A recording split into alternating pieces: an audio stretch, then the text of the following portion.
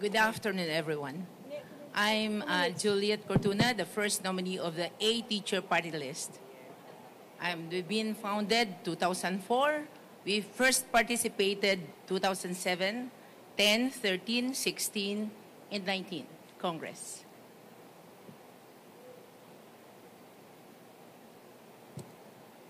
Any question? Ma'am, you had 2 minutes, madam. Okay, so For do I have to introduction. continue? Yes, Okay. ma'am. If ever na kami po ay makakabalik, no, ngayong 2025, the first thing that I should do, or we should do is siyempre yung aming mga guro, like yung naiwan naming legislative agenda during the 2019, and isa dito yung voucher system wherein we want to extend it to the primary education. And para ma-decongest yung ating public schools, I want to propose on, sabihin po natin na dagdagan yung mga allocations ng mga private schools sa voucher system, and we'd like to extend that sa primary education para ma-declog po yung ating masyadong daming estudyante, at the same time to, sabihin natin, address yung mga stresses ng ating mga guro. Kasi yung mga 2 shifts nila, at saka the most important thing, considering that we are the principal author of the K-12, this is very controversial, and we want to review the implementation of the review of the curriculum, yung implementation po ng curriculum, kung saan ay may mga sudden changes ng curriculum every time there is change in the administration, especially the leader or the head of the agency. Kailangan po sigurong itong ma-review dahil noong aming tinatalakay, ang batas na yan ay dapat industry-based pero hindi po siya nasunod. And I'm so happy that the Secretary of Education now is former Senator Angara, and he was then our chairman noong tinatalakay po namin yung K-12 na yan, and I hope he can address this. But just the same, yung pong implementation ng ating curriculum ngayon sa ating Ma'am, 2 minutes is over. Yeah. Question and answer na Yes, po. sure. Okay. Question, Dwight Rockler.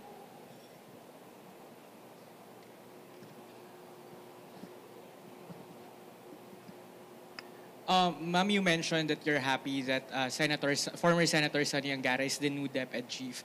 How would you evaluate the performance of Vice President Sara Duterte as a DepEd chief, because she was the head of the department for 2 years of the Marcos administration? Okay.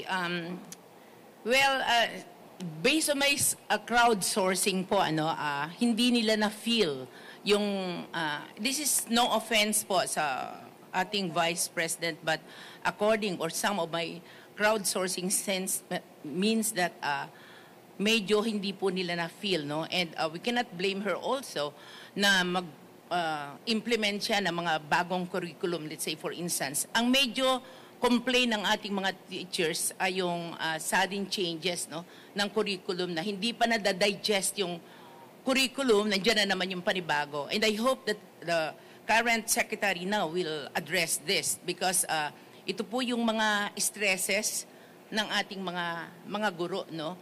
And I hope na, yun nga, pagbalik po natin siguro, pagbibigyan ng pagkakataon, gusto ko sanang mabigyan ng attention yung dapat employable yung ating mga estudyante, na dapat siya industry-based. That's according doon sa aming diniliberate when we deliberated that law.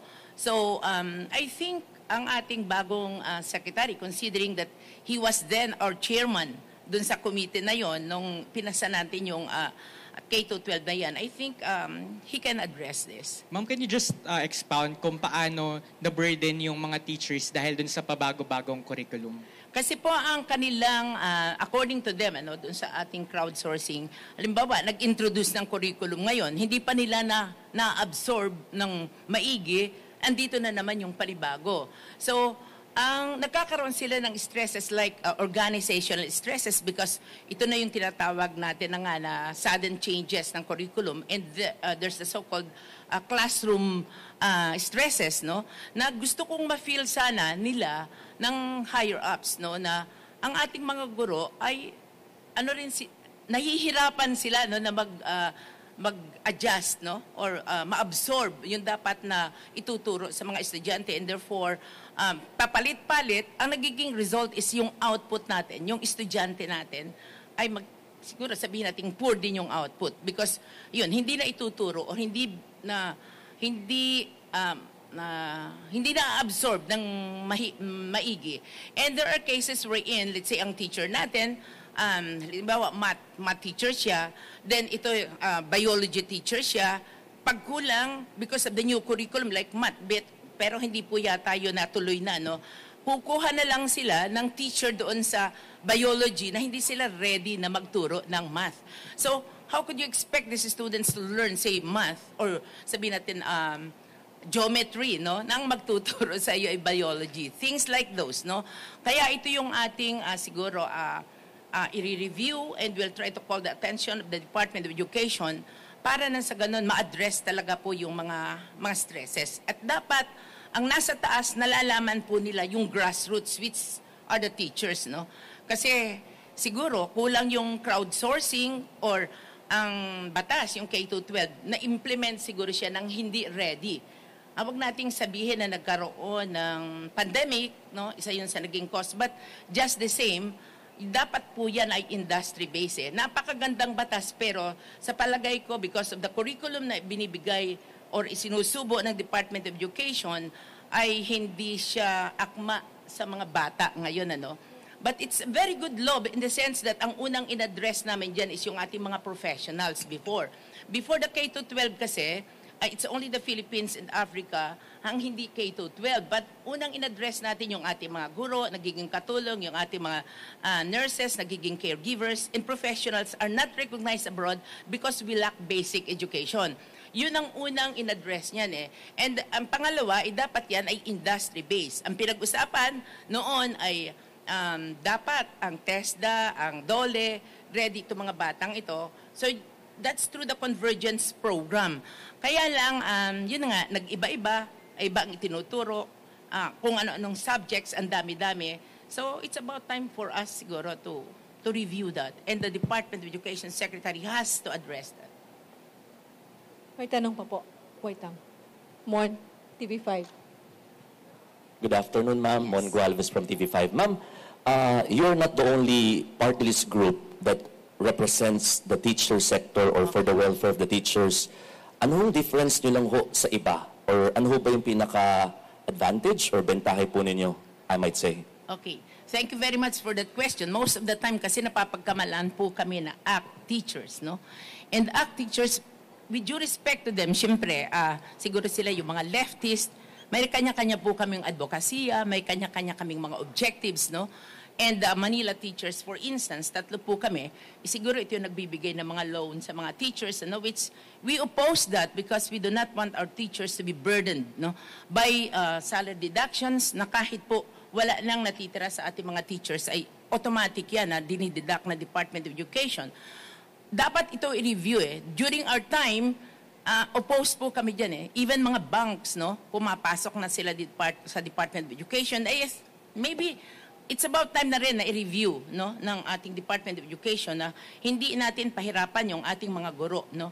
May mga basic kasi yan, yung mga take-home pay na tinatawag, pero hindi na susunod siya eh. So dumadaing po yung ating mga guro na wala nang natitira sa kanila because of the salary deduction, and palakasan din siguro dyan. And these things we have to address. And I think the Department of Education Secretary now can address that.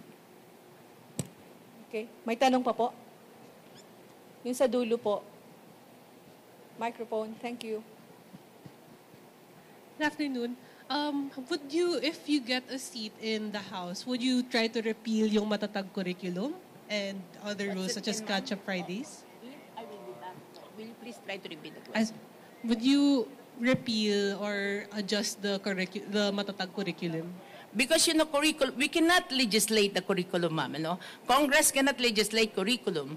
Ang Department of Education po ang dapat, no? We have to review. The only thing that we can do is to call their attention, review the curriculum.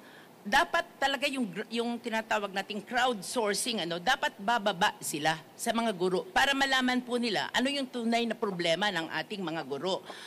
Ang nangyayari siguro, baka yung mga information na ibibigay sa kanila, basta ini-implement na lang without the proper review. Ito yung mga most common problems na nakukuha namin sa mga interview sa ating mga guro. And that's why sabi ko nga, sana palakasin po natin and I believe that the Department of Education again can do something about it, no? At yung curriculum na yan, dapat sila yan tayo tigagawa lang po tayo ng batas. Ang tiga-implement yan is the department. Alam po naman siguro natin yan. And considering that we cannot legislate curriculum, we should talaga question about the implementation of the curriculum by the Department of Education. My mom. Hi, mom. Time's Okay. out na po. Okay, mom. Maraming salamat. Magpapapicture po. Ay, magpapapicture.